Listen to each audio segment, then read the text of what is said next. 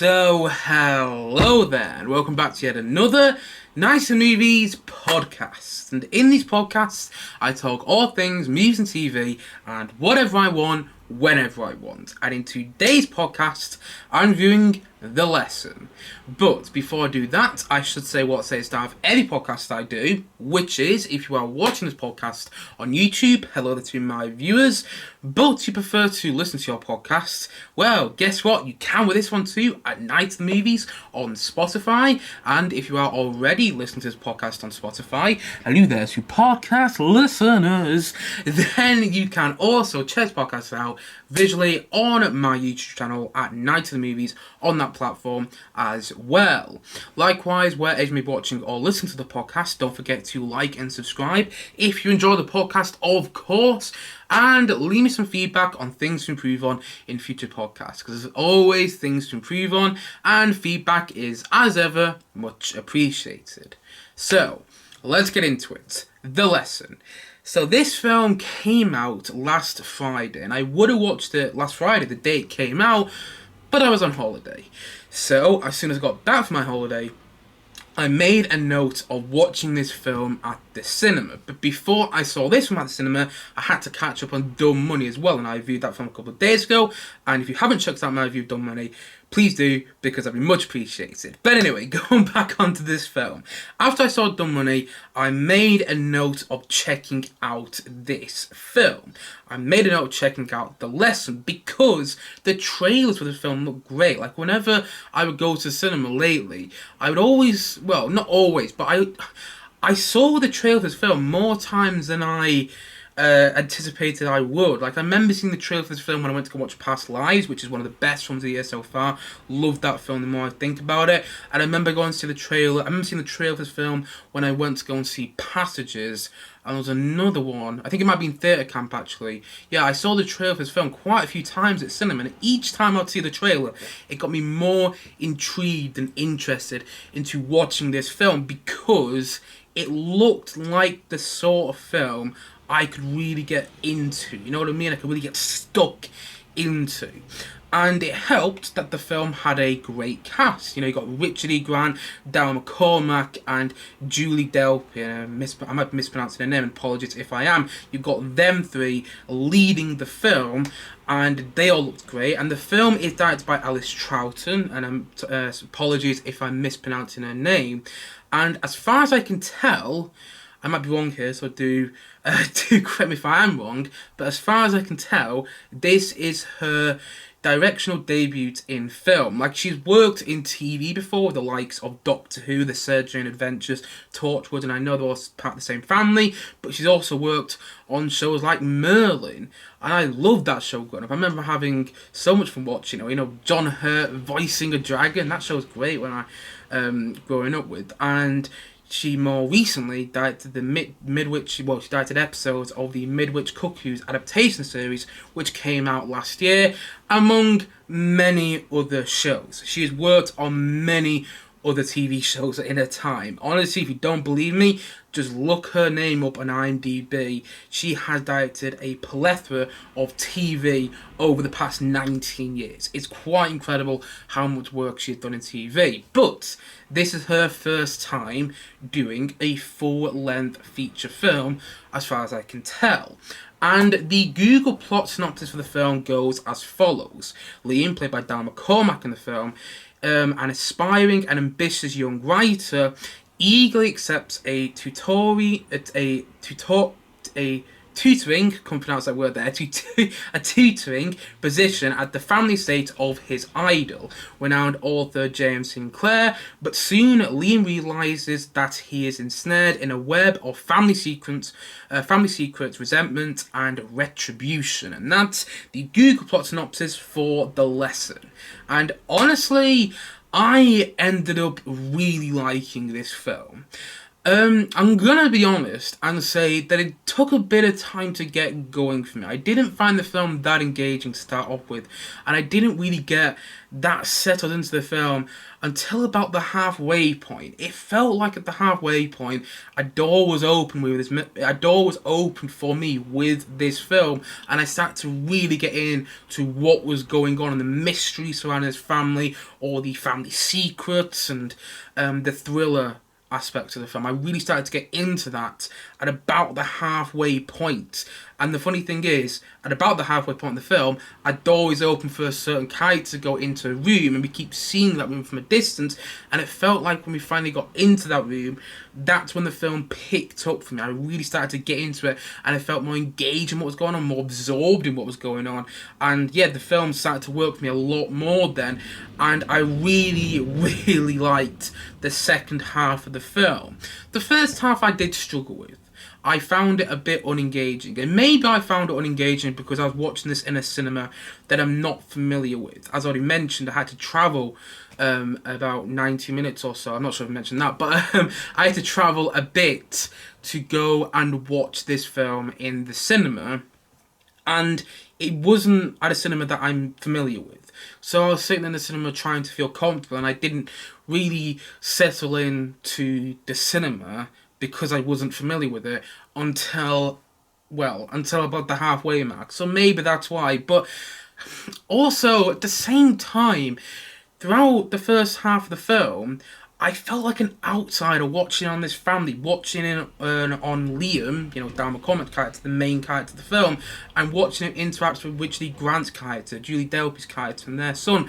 I felt like an outsider. I didn't feel like I was there with the characters. And about the halfway point, I suddenly didn't feel like an outsider anymore. It was like the door that opens in the film opened for me as the viewer, and I suddenly became more engaged in it, which was a bit annoying to say because I wanted to feel I wanted to feel really engaged in it as soon as the film started, and I just didn't. I don't know, maybe if I watch it again in my bedroom where I am right now, maybe if I watch it again on streaming, I'll feel different because of the environment that I initially watched this film in. But still, there was just something about that first half of the film where I just didn't feel nearly as engaged as I wanted to. I didn't find anything too compelling. It all started to get a lot better about the halfway point. That's when the film started to kick in for me. It was a slow burn, and I admired it a lot more in the second half, though, because I know some people had problems. I was looking at reviews of the film before this review today. I know that some people had problems with the third act of the film, or the third part of the film, if you will, because the film is split into three parts. It comes up on screen in certain parts of the film. Part 1, Part 2, Part 3, and even epilogue towards the end of the film.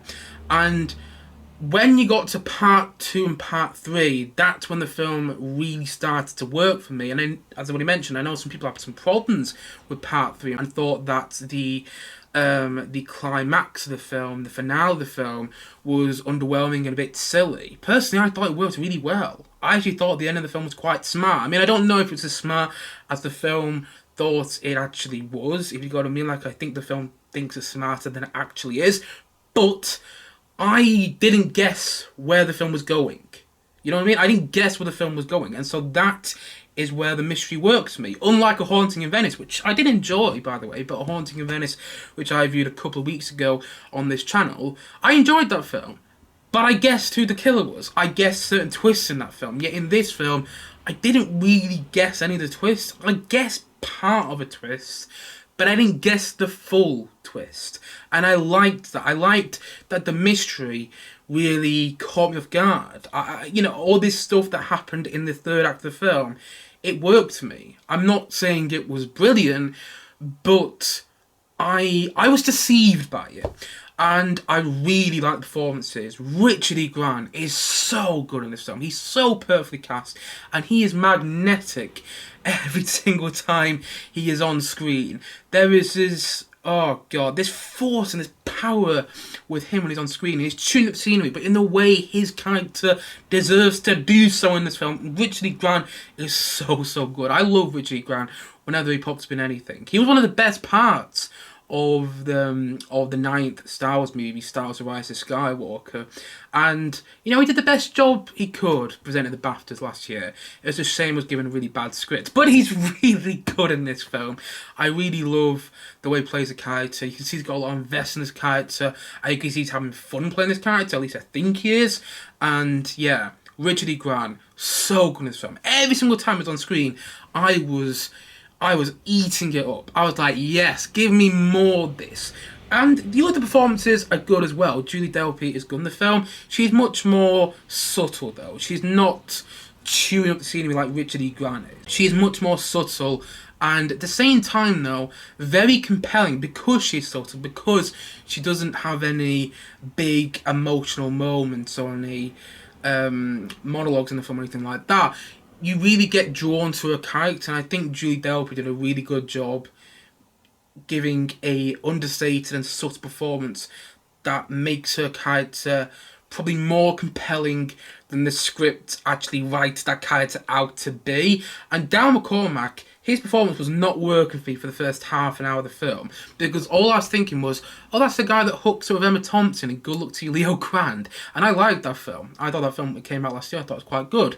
But all I was thinking was, oh yeah, it's a guy with Good Luck to You, Leo Grande. And I also liked him in Peaky Blinders. But then about the halfway mark, it felt like everything in the film started to work for me, because also Daryl McCormack's performance in the film started to work for me at that point. I really started to believe in his character when you start to see a bit of a different side to him. And yeah, I thought the main three performances were very good in the film, but I mean, Richard E. Grant, he's so good in this.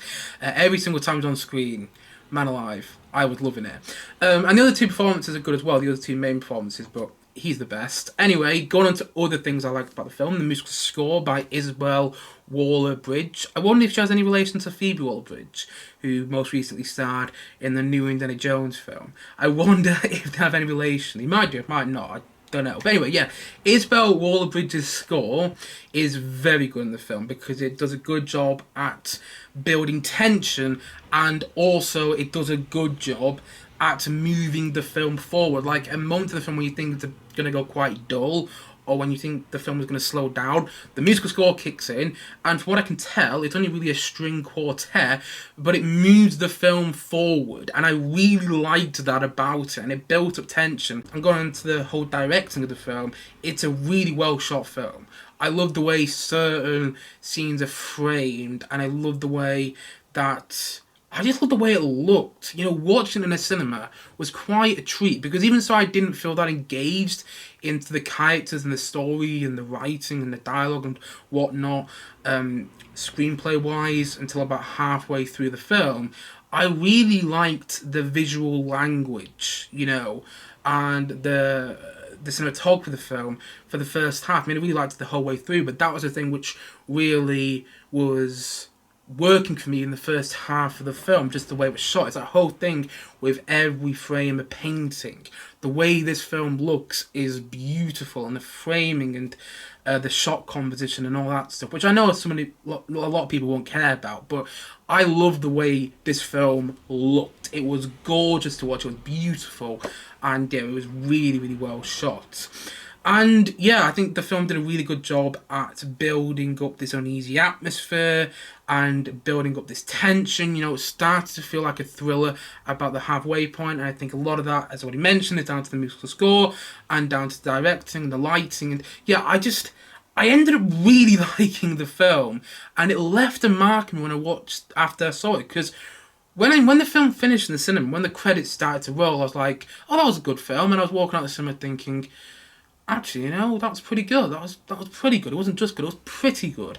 And then I was walking to the tram stop to get the tram home, and it started to kick in. Actually, that film, yeah, it's leaving a bit of a mark on me. Then the whole tram ride home, and the bus ride home as well, because I had to get a tram and a bus home, but the whole journey home, I was thinking about this film. So it left a mark on me, and I think Alice Charlton did a great job with her first full-length feature film.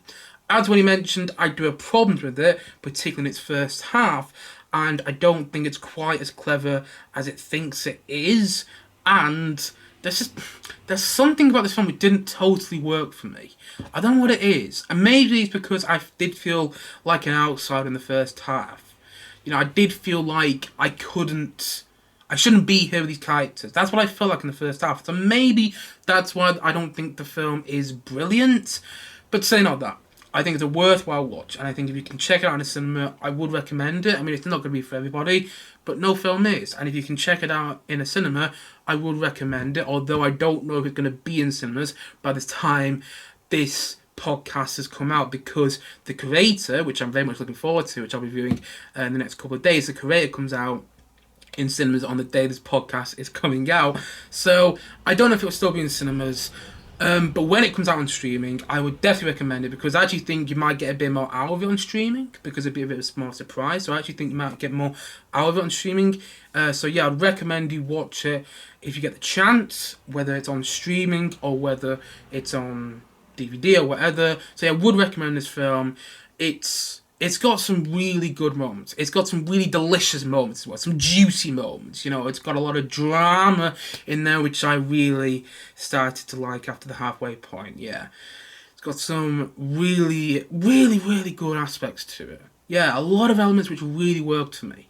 I just wish the first half I bought into a lot more. I wish I felt more engaged into what was going on in the first half. But still, I liked the film, and yeah, it was a worthwhile watch. And so I'm going to say that I'm going to say that's a 7.5 out of 10. I almost wish I was reviewing this film in about a week's time. And I'm not doing, because there's other stuff I've got to review in the next week or so. And I've got lots of things to do. So I'm not going to wait a week to review this film. But I almost wish that I was reviewing this film in a week's time and I had more free time right now, because I've got a feeling that in about a week's time I'd actually like this film a lot more, because it might have kicked in with me a lot more. I might have settled down with it and thought about it and gone, oh, actually, yeah, that was a really, really good film. But right now, 12 or so hours after seeing the film, I'm not in love with it, and I still don't think it's a brilliant film, or great film even. But I did like it. It's a solid film, which is why I'm giving it a 7.5 out of 10. I give films an 8 out of 10 that I think are great or that I love, and I didn't love this film. I didn't think it was great, but it was a solid film. It was a worthwhile watch, and even so it didn't all work, and it maybe wasn't as smart as it thought it was. Listen, I liked it. I really enjoyed watching this film past the halfway point, but then that past the halfway point, it really picked up. It wasn't like the first half of the film was awful either. I wasn't hating the first half of the film, I just wasn't into it that much. But then after the first half, second half, yes, it felt like it was rolling. It felt like it was running, you know what I mean?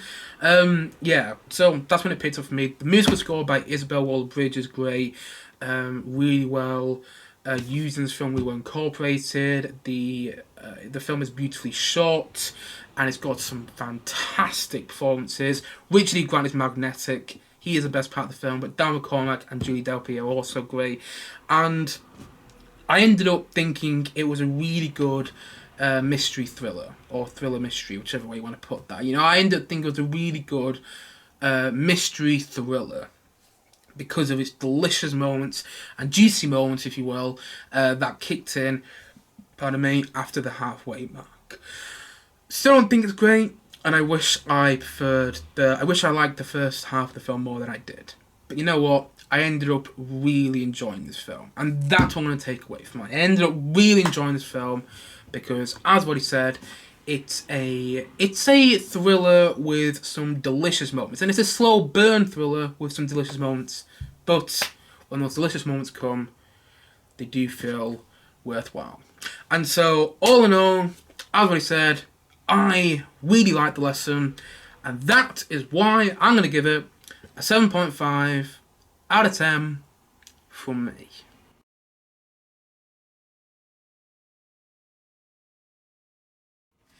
Anyway, guys, that's it for this podcast for today. Let's see how long I've been going on. I've been going on for 19 minutes. But, man alive, I go on with these podcasts sometimes. Apologies for rambling on a bit. But if you did enjoy the podcast and you watched to this point, thank you, as always, for watching or listening. And if you have seen the lesson, let me know your thoughts on it in the comment section below, because I'd love to hear what people thought of this film, because I haven't really heard many people talk about it. So I'd love to hear what people are thinking about this film. And if you haven't checked it out already, and it's not on your local multiplex or your local cinema anymore, check it out on streaming. I think you'll enjoy it. Anyway, thank you as always for watching or listening, and if you haven't yet, please do click down below and like, subscribe on this podcast. I look forward to many more podcasts coming very, very soon on this channel. As I've already said 3 times already, thank you as always for watching or listening, and I will see you guys again soon, but bye for now. Bye!